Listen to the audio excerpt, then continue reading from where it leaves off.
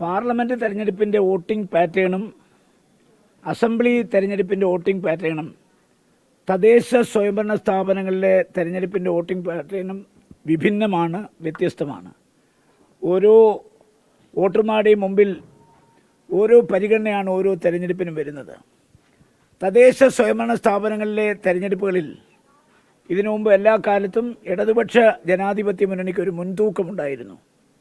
ആ മുൻതൂക്കത്തെ അട്ടിമറിച്ച് ഒരു ഉജ്ജ്വലമായ വിജയം തദ്ദേശ സ്വയംഭരണ സ്ഥാപനങ്ങളിലെ തെരഞ്ഞെടുപ്പിൽ UDF നേടിയെടുത്തത് 2010-ലാണ്. ആ 2010-ലേതിന് സമാനമായ ഒരു വോട്ടിംഗ് പാറ്റേണാണ് ഇത്തവണ നടന്നുകൊണ്ടിരിക്കുന്നത്. തെരഞ്ഞെടുപ്പ് കഴിഞ്ഞ 7 ജില്ലകളിലെയും ഫലങ്ങൾ ഈ പുറത്തു വരുമ്പോൾ നമുക്ക് മനസ്സിലാക്കാൻ അത് സാധിക്കും. ഇന്ന് രാവിലെ തൃശ്ശൂർ മുതൽ ആരംഭിച്ച വോട്ടെടുപ്പ് വളരെ അനുകൂലമായൊരു പ്രതികരണമാണ് UDFനുണ്ടാക്കിയിരിക്കുന്നത്. കാരണം കഴിഞ്ഞ 9.5 വർഷക്കാലമായി കേരളം ഭരിച്ചുകൊണ്ടിരിക്കുന്ന ഇടതുപക്ഷ ജനാധിപത്യ ഗവൺമെൻറ് ഭരണത്തിന് കീഴിൽ ജനങ്ങൾ അനുഭവിച്ചുകൊണ്ടിരിക്കുന്ന യാതനകൾ, വേദനകൾ, ദുരിതങ്ങൾ അത് പറഞ്ഞറിയിക്കാനാവാത്തതാണ്.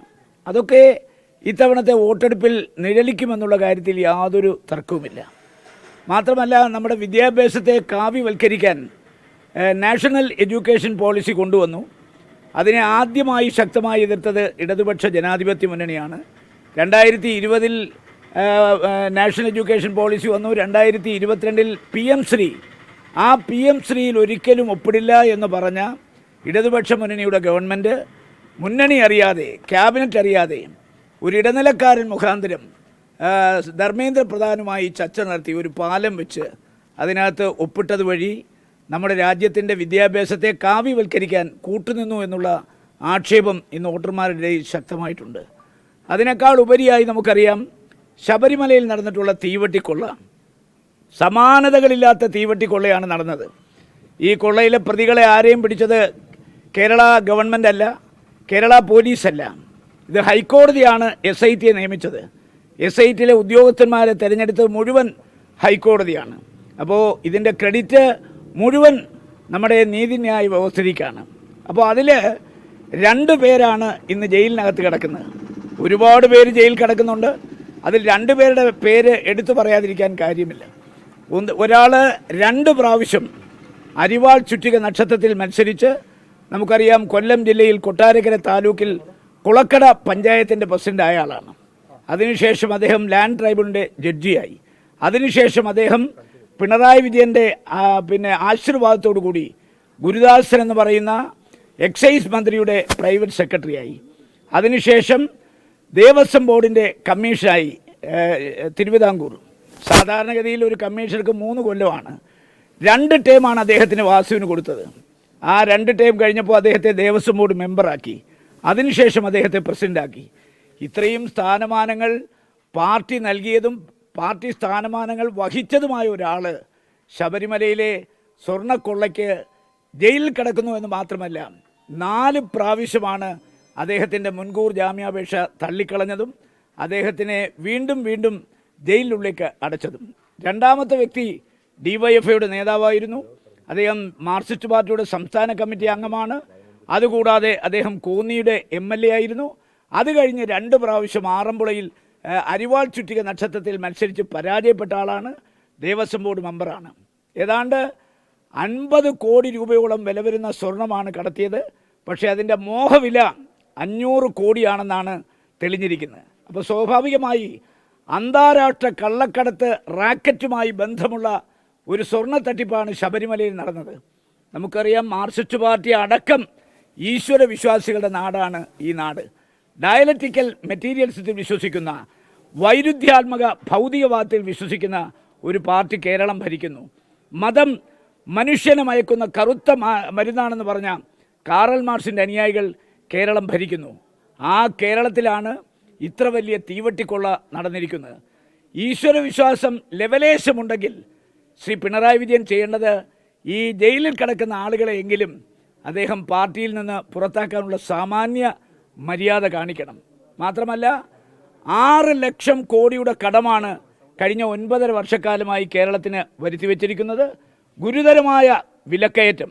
മാത്രമല്ല, ആശുപത്രിയിൽ യാതൊരു വിധമായ മരുന്നുകളുമില്ല. അപ്പോൾ സ്വാഭാവികമായി വളരെ ഗുരുതരമായ ആരോപണങ്ങൾ നേരിടുന്ന ഈ ഗവൺമെൻറ്റിന് എതിരെ ഒരു ജനവിധി ഉണ്ടാകും എന്നുള്ള കാര്യത്തിൽ തർക്കമില്ല. പെരിയ പഞ്ചായത്തടക്കം എല്ലാ പഞ്ചായത്തുകളും ഞങ്ങൾ പിടിച്ചെടുക്കും.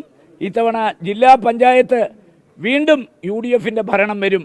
ബ്ലോക്ക് പഞ്ചായത്തിലും ഗ്രാമപഞ്ചായത്തിലും നിർണായകമായ ഒരു ശക്തിയായി UDF മാറും എന്നുള്ള കാര്യത്തിൽ ആർക്കും ഒരു സംശയവും വേണ്ട.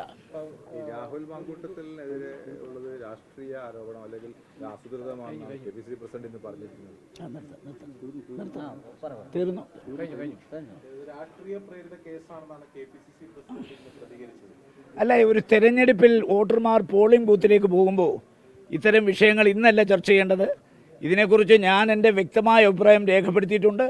നാളെ കഴിഞ്ഞ് നിങ്ങൾ ഏത് ചോദ്യം ഇതിനെക്കുറിച്ച് ചോദിച്ചാലും ഞാൻ പറയാം. കാരണം വോട്ടർമാർ പോളിംഗ് ബൂത്തിലേക്ക് പോകുമ്പോൾ ചർച്ച ചെയ്യേണ്ട ഒരു വിഷയമല്ല. പാർട്ടി ഇക്കാര്യത്തിൽ നയം വ്യക്തമാക്കിയിട്ടുണ്ട്. അത് മാത്രമല്ല, എടുക്കാവുന്ന നടപടികളെല്ലാം എടുത്തിട്ടുണ്ട്. അതുകൊണ്ട് ഇന്ന് ഈ വിഷയം ഒരു ചർച്ചയ്ക്ക് വിധേയമാക്കേണ്ട ഒരു കാര്യമില്ല. അത് അദ്ദേഹത്തോട് ചോദിക്കണം. അദ്ദേഹം വോട്ട് ചെയ്യാൻ വരുമോ വരുത്തില്ലയോ എന്നൊക്കെ.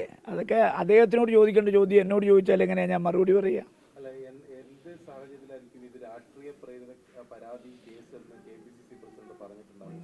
ഞാൻ താങ്കളോട് എല്ലാവരോടുമായി പറഞ്ഞു, ഇന്ന് ഈ വിഷയത്തെക്കുറിച്ച് എത്ര ചോദ്യം ആവർത്തിച്ച് ചോദിച്ചാലും ഞാൻ ഇന്ന് ഉത്തരം പറയാൻ ബാധ്യസ്ഥനല്ല. ഞാൻ നിങ്ങളോട് പറഞ്ഞു, ഇന്ന് വോട്ടർമാർ പോളിംഗ് ബൂത്തിലേക്ക് പോകുന്ന ഒരു ദിവസമാണ്. ഇന്ന് നമുക്ക് വിവാദങ്ങൾക്ക് അവധി കൊടുക്കാം.